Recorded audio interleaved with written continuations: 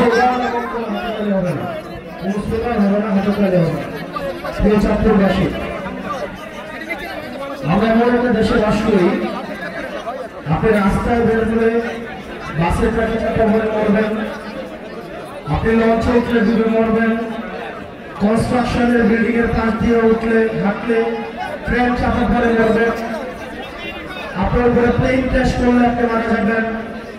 এগুলোতে যদি মারা না যান, আপনি কোভিডে মারা যাবেন, ডেঙ্গুতে মারা যাবেন, ম্যালেরিয়াতে মারা যাবেন, চিকিৎসার অভাবে মারা যাবেন।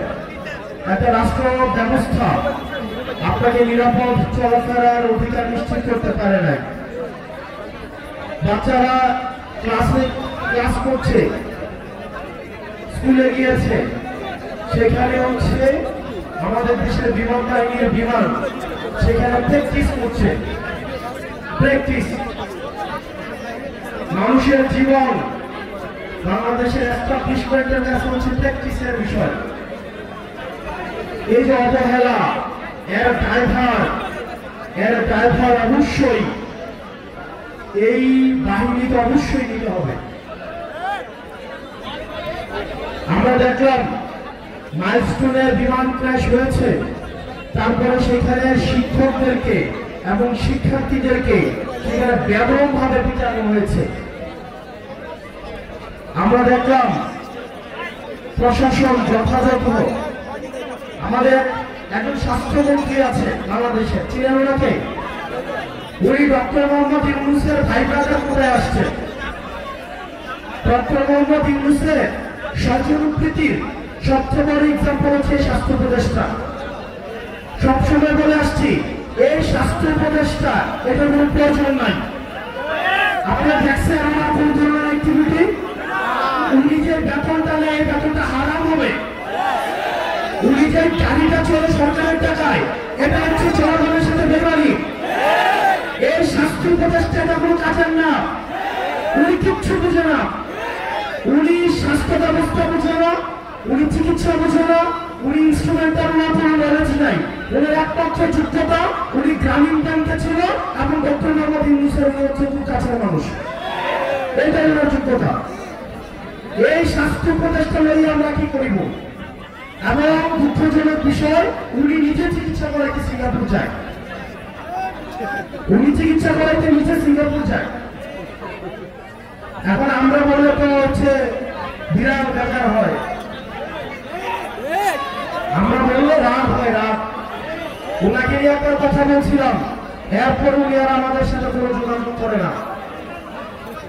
এই স্বাস্থ্য উপদেষ্টার অনীতি বিলম্বে এই জনগণের যে টাকা পয়সা উনি বেতন দিছে, সেগুলো রাষ্ট্রদার কোষাগারে জমা দিয়ে ওনার অনীতি বিলম্বে পদত্যাগ করা উচিত। প্রিয় চাঁদপুরবাসী, আমরা এই বুকখানের পরে রাষ্ট্রটাকে ঢেলে সাজাইতে চাইছিলাম, কিন্তু দুঃখজনক বিষয়, আমাদের স্বাস্থ্য ব্যবস্থা আগের মতো, আমাদের আইন শৃঙ্খলা ব্যবস্থা আগের মতো। আপনি দেখবেন আমাদের দেশের সিভিলিয়ানরা কখনো হিরো হয় না, যার কারণে আমাদের এই যে মাহিরিন ম্যাডাম, যিনি এই মাইলস্টোন কলেজের 20 জন শিক্ষার্থীকে নিজে উনি উদ্ধার করেছেন, পরবর্তীতে উনি নিজের জীবন চলে গিয়েছে, উনি নিজে নিহত হয়েছেন। আমরা মাহিরিন ম্যাডামকে আমরা রাষ্ট্রীয়ভাবে আমরা যথাযথ মর্যাদা দিতে পারি না, এটা আমাদের ব্যর্থতা। এই সরকারের কাছে অনেক প্রত্যাশা ছিল, প্রত্যাশার পারেও দিন দিন কমছে। দিন শেষে আপনাদের কাছে আহ্বান জানাবো, দলমত নির্বিশেষে আমাদেরকে ফেসিবাদের বিপক্ষে আমাদেরকে অবস্থান নিতে হবে। আপনারা গতকাল দেখছেন লাশের উপর দিয়ে এই আওয়ামী ফেসিবাদ আবার তারা হচ্ছে রাজনীতি করার চেষ্টা করেছে। আমরা ফেসিবাদ বিরোধী রাজনৈতিক দলগুলো সুতাহত, যারা বাংলাদেশকে ধারণ করে আমরা সুতাহত, কিন্তু আওয়ামী লীগ যদি ফেরার চেষ্টা করে তাহলে এই সব শক্তিতে পরিণত হয়ে এই আওয়ামী লীগের চ্যাপ্টারটা আমরা ক্লোজ করছি, ভবিষ্যতের উত্থানের যে কোনো সম্ভাবনাকে আমরা একদম নাই করে দিব। প্রিয় চাঁদপুরবাসী, আপনারা সজাগ থাকতে হবে। বেশিরভাগ বিরোধী রাজনৈতিক দলগুলোকে ঐক্যবদ্ধ থাকতে হবে। আমরা একসাথে একটা সুন্দর বাংলাদেশ বিনির্মাণ করবো, যে বাংলাদেশের রাস্তায় বেরোলে আপনাকে দুর্ঘটনার সম্ভাবনা থাকবে না, যে বাংলাদেশে আপনার সুচিকিৎসা নিশ্চয়তা থাকবে, যে বাংলাদেশে আপনার বাচ্চা স্কুলে পাঠাইলে বিল্ডিং ভেঙে পড়বে, আকাশ থেকে প্লেন ভেঙে পড়বে, এই ধরনের রাষ্ট্র ব্যবস্থা আমরা চাই না। এগুলো তদন্ত করা হোক, হাসিনার আমলে কি পরিমাণ দুর্নীতি করা হয়েছে। আমরা শুনছি বিমান বাহিনীর সাবেক প্রধান নাকি ৩,০০০ কোটি টাকা দুর্নীতি করছে। এই বিমানগুলো কিন্তু হাসিনার আমলে কেনা। আমরা বিমান বাহিনীর যে ভাইরা রয়েছেন, আমরা আপনাদের নিরাপত্তাও চাই। আপনাদের নিরাপত্তাও কিন্তু ঝুঁকিতে রয়েছে। এইসব ইনস্ট্রুমেন্ট এগুলি কি সঠিক কিনা, ঝুঁকিমুক্ত কিনা, সেগুলো আপনাদের বিবেচনার সুযোগ আসছে।